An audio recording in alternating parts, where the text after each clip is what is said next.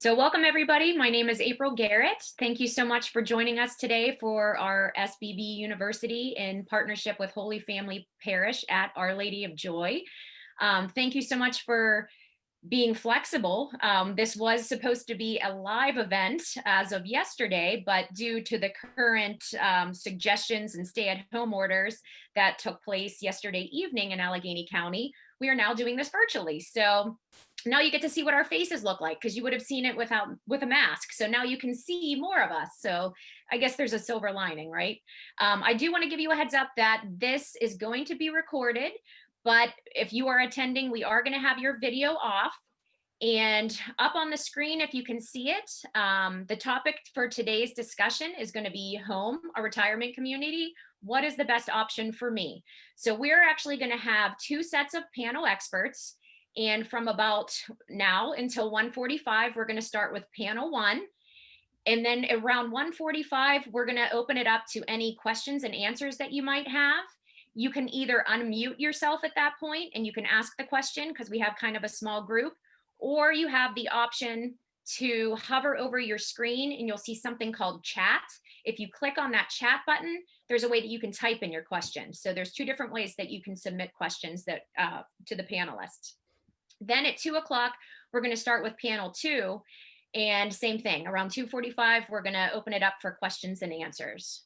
So who am I? My name is April Garrett. I am the publisher of Seniors Blue Book. If you are not familiar with the Seniors Blue Book, this is a copy of our publication that comes out twice a year. It's completely free to the community. And we create this specifically for seniors and caregivers and provide resources for aging well within the 5-county area in Pittsburgh. You can find a copy of our publication at Walgreens. And I also have my contact information up on the screen. You can also visit our website at seniorsbluebook.com, where you can request copies to be sent to you entirely free. I actually had gone to Our Lady of Joy last February 19th with the hopes to start SBB University educational events monthly, and COVID hit. So we had to cancel all of the future events, but I'm excited to be back up online, at least now. And for those attending, if you do find that this event is helpful and educational and you learn something new, I encourage you to reach out to us and let us know at Seniors Blue Book other topics that would be of interest to you, because we do want to start this on a monthly rotation. And you can find the events that we're going to be holding on our website. We're actually going to have them listed at seniorsbluebook.com. Like I said, on a monthly basis on a variety of different topics. And you can always join us. So please share with your friends and family. For today's event, you can see the agenda. So we're just going to start asking a series of questions to each panel pertaining to each topic. And I believe we're going to start with Mike Barron. So Mike Barron, do you want to go ahead and pull up your slides? Well, I'd like to introduce Mike Barron. He's the owner of Comfort Care Home Care of Northwest Pittsburgh. And Mike, what is the difference between a home health agency and a home care agency? One second. Oh, sorry. Yeah. Okay, April, thanks for inviting me to this. I appreciate it. And we'll first talk about a home health agency. A home health agency focuses on medical care. And some of the examples include skilled nursing, which includes regular home visits to monitor health. It also includes physical therapy, which assists with the rehabilitation exercises. It includes occupational therapy, which teaches the techniques for the ADLs, activities of daily living, and also speech therapy, which assists with communication and also with swallowing disorders.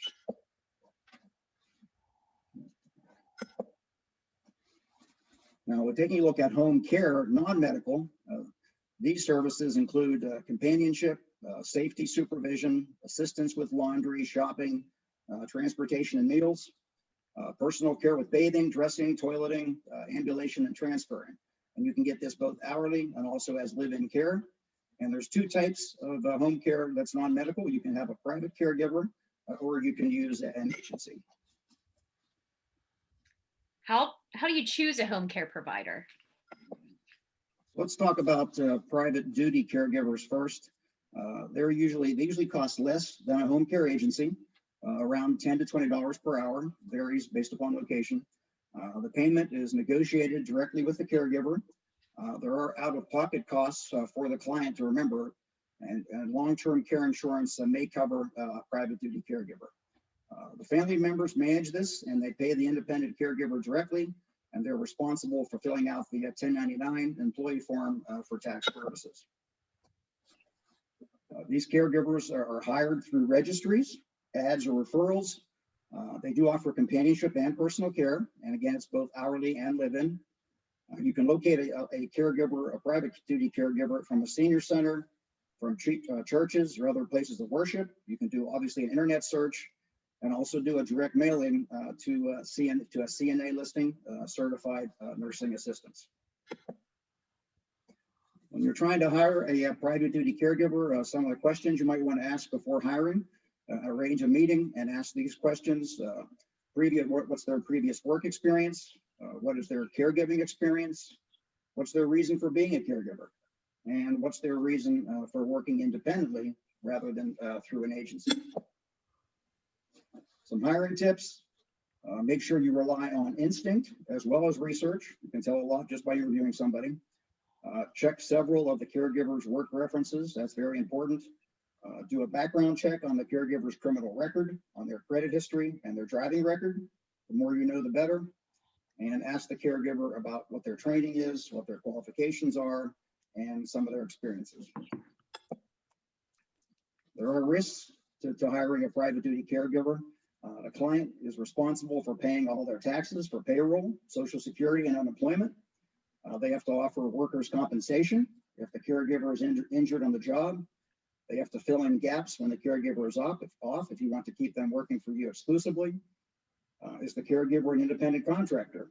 The caregiver may not meet that legal criteria. And clients are also responsible for paying any unpaid taxes. So there are some risks involved.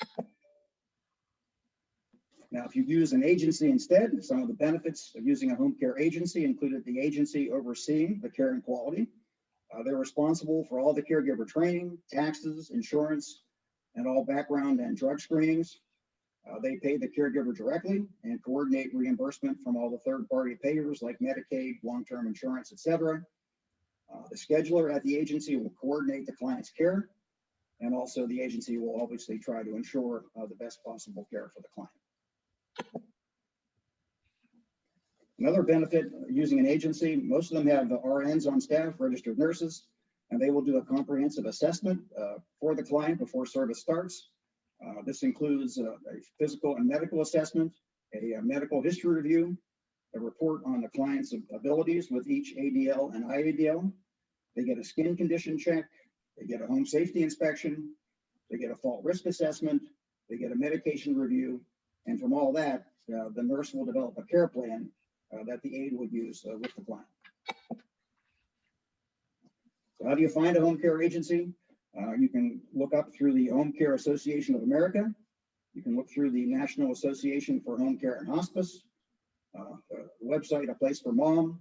Obviously, the internet, you can do a lot of searching on your own, or your local area agency on aging can do that as well. Or Seniors Blue Book. Or Seniors Blue Book, absolutely. I got to change that slide. Some of the questions to ask for an agency: will the same person provide care? What happens if the caregiver cancels or doesn't show up the schedule? What is your hiring process? How do they hire and screen caregivers? How do they recruit caregivers? Are the caregivers bonded and insured? Does the agency perform background checks? And most do. How do you develop a care plan? And may I interview the caregiver before we start service and actually help make the choice? So some other tips on hiring an agency: understand what is covered in your contract that you sign with them. Make sure you make your expectations clear as to what you want the caregiver to do. Make sure the agency is capable of meeting your needs. And also, again, interviewing the caregiver prior to starting care, I think, is very important. So some keys to a successful transition when you bring an aide into the home: familiarize the aide with the home schedule, food preferences, and other habits. Learn to trust the caregiver, accept that he or she may do things a little differently, and encourage the aide to ask questions. The key is to allow time for everyone to become comfortable. And again, if that caregiver isn't a good fit, then ask the agency to make a change. So Mike, do you want to share with us different ways to pay for home care? Sure. Several. Let's talk first about Medicaid. Medicaid is a joint federal and state program that provides for people with low income and assets. It pays for some of all their healthcare bills. It does help when their income and assets are below a certain level. There's a level that you have to be under. And also does pay for custodial care in nursing homes and also at home. Medicare pays for nursing visits and other therapies, medical care for a limited period, Medicare certified providers, and also part-time intermittent care. Medicare does not pay for 24-hour in-home care, homemaker services when this is the only care needed, or personal care by a home health aide when this again is the only care needed. So if you need personal care, Medicare is not the way to go. A lot of clients do use private pay.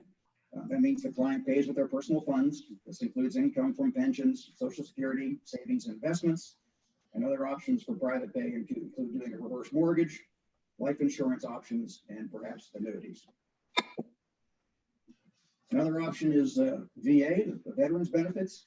The VA does pay for long-term care for service-related disabilities and for other eligible veterans. It does cover nursing home and also in-home care for long-term needs. The copay does apply based upon your income. They have varying levels that they'll grade you into. And it does include both in personal care and homemaker services. Veterans can be directed through their home and community-based program. VA does provide counseling and other community support for eligible veterans of any age. And you can go on to www.va.gov or call the number on the screen, and I'm sure they'll be glad to help you if you are a veteran. Another option for payment is long-term care insurance. This does pay for long-term personal care in a variety of settings. The policy is reimbursed a daily amount for the service to assist with ADLs, activities of daily living. It pays for expenses, and you have to check with your insurance provider regarding your policy coverage. Other programs include community programs that may be available. They may provide supportive services at low cost or free of charge. Probably your best bet there is, again, to contact your local area agency on aging. Again, home can be the place. When making a decision, stay connected with your family and loved ones. It allows you to make sure you acknowledge your feelings, keep an open mind as to when you bring a caregiver in, learn to accept the help that you need, but do make sure that you consider how you'll pay for the help. So Mike, with COVID going on right now, can you share with us some of the protocols that you are seeing that home care agencies are adopting to keep caregivers and their clients safe? This is a very important topic, and most agencies spend a lot of time on this to make sure they're doing everything right. For my office, both the office staff and the caregivers have responsibilities. Our responsibility in the office is to make sure that they are supplied with the PPE that they need, including masks, sanitizer, gloves, gowns, face shields, etc. And all of our agency personnel, both the office staff and the caregivers, are submitting a daily email to the office with their temperature, their travel history, and if they're experiencing any symptoms. And if anybody has an issue with any of those three topics, they go on a 14-day quarantine. We make sure that everyone is staying safe. That is our main focus during this time. So very important. For sure. Well, thanks so much, Mike. Hi, everyone. Thank you, April, for having me today. So Life Pittsburgh is an all-inclusive healthcare program that helps seniors 55 and older who wish to continue to live in their homes but need extra support to do so. Who is eligible for Life Pittsburgh and what is the cost? So participants have to be 55 years or older, like I mentioned earlier. They have to live within our service area. So Life Pittsburgh serves the western half of Allegheny County. If you don't live in our service area, but you are in the Pittsburgh area or the Western Pennsylvania area, there are other PACE programs. That's what we're referred to as is PACE programs. So there's Life Community Life, there's Life Beaver, Life Butler. So we can hook you up with another program if you're not in our service area. You have to be medically eligible. So that means all of our participants have some kind of medical diagnosis or need to determine that they need extra support to continue to live in the community. And then lastly, if people qualify financially, the program is free for them. There are no costs, there are no copays. If they don't qualify financially, of course, there are options for privately pay if they're not financially eligible. But we do find that almost all of our participants receive the program at no cost to them. How does Life Pittsburgh program work during typical times? Yes, so I think it's important to kind of differentiate because obviously our worlds have been turned upside down this year. So we have adapted quite a bit since March. In typical times, we provide our comprehensive medical care through a multidisciplinary team approach. So that means that we have a team of professionals, including doctors, nurses, physical and occupational therapists, social workers, registered dietitians, recreational therapists. And during typical times, we provide transportation to and from our adult day health centers, which is where the majority of our services usually take place. Our participants receive that medical care from the team that I just described. So they get, they see their nurses, their doctors, their therapy team, they get meals and recreation right at our adult day health centers. And some people come to the center just once a week, others come 5 days a week. It just really depends on what they need medically and socially. So we look at physical health. We also look at mental health, which I think we all have kind of paid a little bit more attention to the past several months. So from there, the day center not only, again, allows the medical care, but it allows that recreational program as well, promoting purpose and positivity. So we also provide services through our home care department, which I will go into a little bit more about how we've transitioned during COVID-19, but during, again, normal times, we can help with tasks in the home, such as preparing meals, prompting medications, assisting with personal care, laundry, or housekeeping. So some people might just need a couple of services. They might need somebody to remind them to take their medication, or somebody to come in and help them prepare meals or do their laundry. Other people might need all of these services. So they might need, physical assistance to get in and out of bed or in and out of their wheelchair, including, assistance with dressing, bathing, meals, all of that. It's really a continuum. So I like to say that, some people can enter at the ground level. Maybe they just need a few things. And as they grow older and their needs increase, we can increase the services that we provide to them. It's our program is 100% needs-based. So whatever each individual needs is what the care that they'll receive. So not everyone's care plan looks the same. In fact, they all look very different.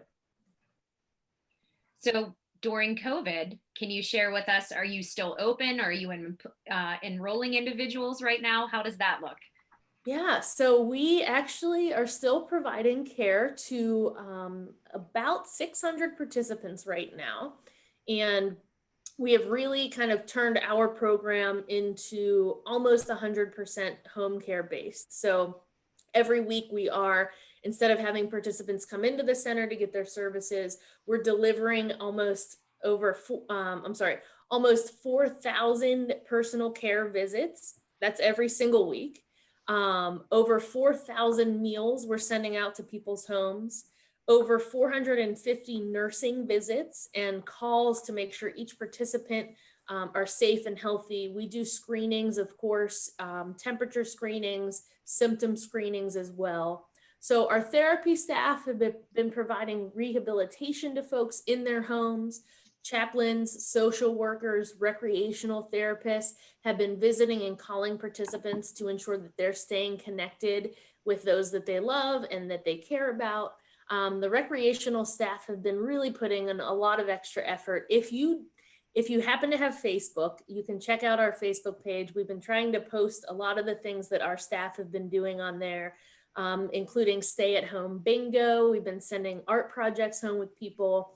Again, just to kind of keep that routine of socialization and purposeful activity throughout this time. So our staff are following all the recommended protocol with the home visits, including masks, temperature checks, etc. We are continuing to accept new participants into our program. We have modified the process just a bit. The process can be started now with just a phone call assessment, which is really convenient. If you call today, we can do an assessment with you today and get that process started. Because we know that especially now people, a lot of people are looking at these at-home options because they don't want to end up in a facility. Again, our main goal is to keep people safe, happy, healthy in their own homes. So if you give us a call, we can start that process today. And we understand that, especially during these difficult times, older people need that support to stay healthy at home. And we're glad to be there for people that need it. Awesome. Thanks, Deanna. Thank you. Okay, Ashley Sherrick, you are up, founder of Sherrick Law Office. Okay, so Ashley, ready? Yep. Hi. So we're going to start off. Why do I need a living will? So good question. So a lot of times I get clients who kind of use words interchangeably. And I know that it can be really confusing if this is something that you don't deal with often. So a living will is actually a healthcare directive, not a last will and testament that is a document that comes into play if you pass away. So that living will here in Pennsylvania, it's our document that we use is actually 3 parts. So whoever you name as your healthcare agent, you are actually allowing them to help you with healthcare decisions and signing, admission paperwork, whatever it may be, so that they can help you age in place. It also acts as a HIPAA authorization. So it allows them to communicate with your doctors, with your caregivers, to be able to have those conversations and help you where you need it. The third portion of it is also the living will portion or the end of life care directive. So this is the part of the document that only would come into play if you were in a vegetative state or if you were in an end stage medical condition and could not communicate yourself. So this is a document that's very important to have into place. It allows you to have those conversations with the person you're naming as your agent so that they know what your wishes are. They know what you want. And if your health would decline and they would need to use that document, they know what you want and the document is in place. How does an estate plan help me age in place? So the estate plan for me is never just one document. Even if somebody calls me and says, oh, I just need a will, I don't believe in doing, one without the other two. So the first one is the living will that we just talked about, the healthcare directive. The other one is a power of attorney. And the third one is the last will and testament. So the power of attorney is a great document to allow you to age in place. This is a financial document that lets your agent do everything that you can do for yourself as an individual. They now can do it for you.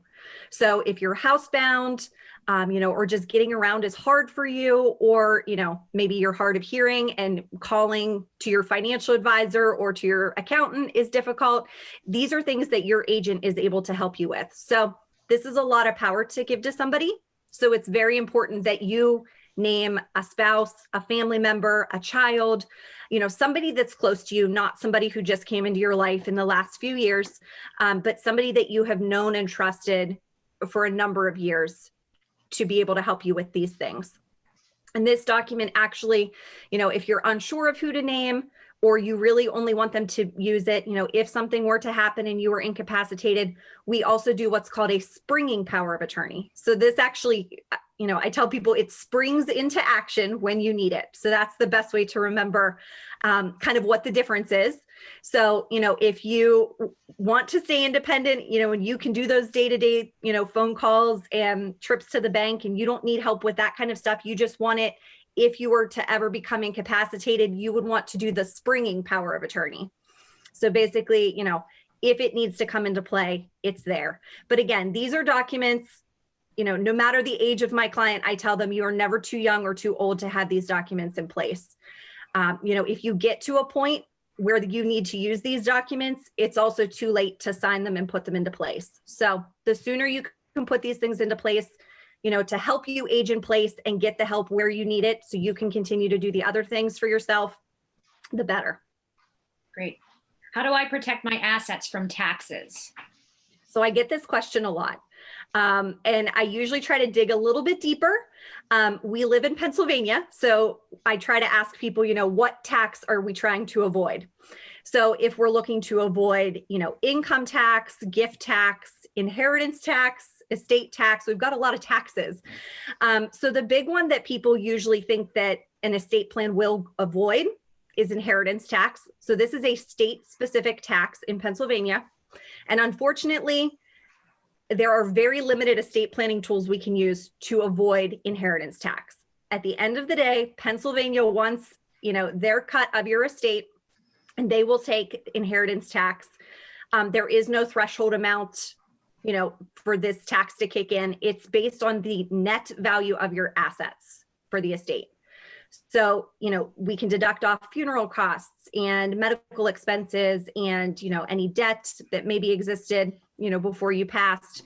But that bottom line that's going to be distributed to your beneficiaries, that would be the amount that the inheritance tax would be paid on. So, there are some strategies where if you, gift an asset and you live beyond a year of that gift, the state does not catch that. They have a year look back period for inheritance tax. They want to make sure, if you fall ill, all of a sudden you're not transferring ownership and giving away everything that you own to try to avoid inheritance tax. The only surefire way in Pennsylvania to avoid inheritance tax is on a life insurance policy. They do not charge inheritance tax on life insurance. And the other option is to do an irrevocable trust. The caveat with that, that's kind of hard for people, is in order to not count it as an asset, you basically are giving up ownership of it. So it's no longer your asset. The trust owns it, and a third party that's the trustee is actually the one that's in control of it at that point. So that's kind of a hard decision for people. But federal estate tax is something that the majority of people do not need to worry about right now. Federal estate tax, there is a threshold of $11.2 million. So I think most of us are in the clear for that right now. If you're married, it is $22 million. So I do think in the next few years, we're going to see that number lower, but it's still going to stay in the millions. But as far as Pennsylvania inheritance tax, that one is kind of a sticky one to get around. And for the most part, don't ever assume, I have a will or I have a living trust, I avoid inheritance tax. So I try to make that very clear that Pennsylvania at the end of the day is still going to get their inheritance money on pretty much everything. How do I avoid spending down all of my assets to get long-term care coverage with Medicaid? Yes. So Medicaid is to get Medicaid coverage to protect your assets with a Medicaid asset protection trust is a completely different beast than, any other estate planning you've done at any point in your life. So these are the conversations I usually have with people, that are retired, maybe they've sold their family home and they've moved into a 55 and over community, or they're in a patio home and they're not really making any big changes to their situation at that point. That's where we start to have the conversation of, how do we protect your assets so that you can maximize your government benefits without spending down everything that you have. So Medicaid does have a 5-year look back period. So they will look back 72 months from when you go to apply for long-term care coverage with Medicaid to see, what were countable assets that you had that, again, maybe you gifted, maybe you sold your house to your children for $1, whatever the case may be. They look back 5 years. So the sooner you can do this planning and put these assets into a Medicaid asset protection trust, the sooner we can start that 5-year clock ticking. The sooner, the better. The sooner we can protect everything. I always tell people it's never too late to protect, but if you're already in a nursing home, the saddest thing I deal with is when a child calls me and says, mom's in a nursing home, we've done the math, and there's only enough money to cover 9 months of care, before she has nothing. She worked her entire life to save and to earn, and it's all going to be gone. So, those are the most heartbreaking conversations for me, and there's still a way for us to save, usually about half of it. But I'd like to get my clients to plan more proactively where we know we can say, we saved everything. we made it outside that 5-year look back period and we protected all of your assets. And that way, if you wanted to leave it to your children, your grandchildren, a charity, your church, whatever it is, your wishes can be carried out and that you're still receiving coverage. Great. Thanks so much, Ashley. You're welcome. All right, Carla Casertano, who is a seniors real estate specialist with Coldwell Banker. We gotcha. Okay, so when I need to sell my home, what is the first thing that I should do? Well, one of the first things you should do is call me, because what we'll do is I'll take a look at your house. We'll look at the comparables, and we'll see where the house, what kind of market the house is selling in. Now, right now, it is a seller's market, and it's an unbelievable, crazy world out there. I have buyers who are going 10, 20, 30,000 over asking. So now is a good time to sell. But what we do is I'm the kind of, I guess, low pressure. I don't come at you with documents and say, here, sign. I like to have a conversation with you. If you're thinking of selling in 6 months, okay, we'll go and look in 6 months and we'll come back and we'll see what the market's doing. If you're thinking of selling in a year, we'll meet again and we'll see what's going on with the market and price your house accordingly. If you need to sell right now, which I've had a few people do immediately, I had somebody who had a reverse mortgage and needed to have their house sold by the end of November, or the reverse mortgage company would have came and taken the house, and we literally had the house under contract in 2 days. So it's possible. So. Great. So is there a certain time of year that we should look into selling our homes? Actually, no, any time of the year is great. In fact, my busiest months are September, October, November. Right now, November, I have 3 closings scheduled, and December, I have 1 so far.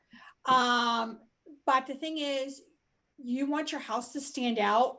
And once the spring market comes, everybody's putting their house on the market. So the less inventory there is, which is not many inventory now, the less inventory is, the more marketable your house is. What specifically do you look at when coming to my home to list it?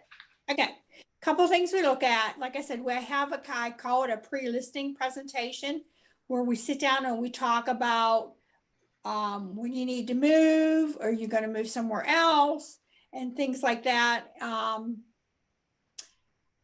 trying to think. Can you repeat that question again, April? Sorry. Oh, you're fine. So my phone just buzzed. So. Oh, what do I look at? Okay. So what we basically do is price, location, and condition. So when we sit down and do the comparables, we look and see what's selling in the neighborhood. Then I come over personally, and like I said, we talk, we sit down, we think of a price that we should list your home at. Another thing is too, updating. And it's really funny because somebody will say, oh yeah, I updated my kitchen. And you go in and it's a kitchen from the 1980s. And they're like, well, I updated it because I had it from the 1960s. So any kind of updates, I would say, is like 10 years and to the present is updating. If it's not updated, I would highly suggest selling it as is, unless you want to get into putting a new kitchen, new bathroom, or whatever. But right now, like I said, it's a crazy, crazy seller's market, and houses are going like crazy. Yeah. So something we didn't talk about, but I don't know if you want to point out that you are an SRES. Do you want to just share with everyone what that is? Sure. I'm a senior real estate specialist. I deal with anywhere from first-time home buyers to seniors selling their home, but my specialty is, as being a senior real estate specialist, I was trained and had classes in all the aspects of selling a senior's home. I do have quite a few connections. If somebody needs to sell their home and they need somebody to do a in-home auction, I know somebody there.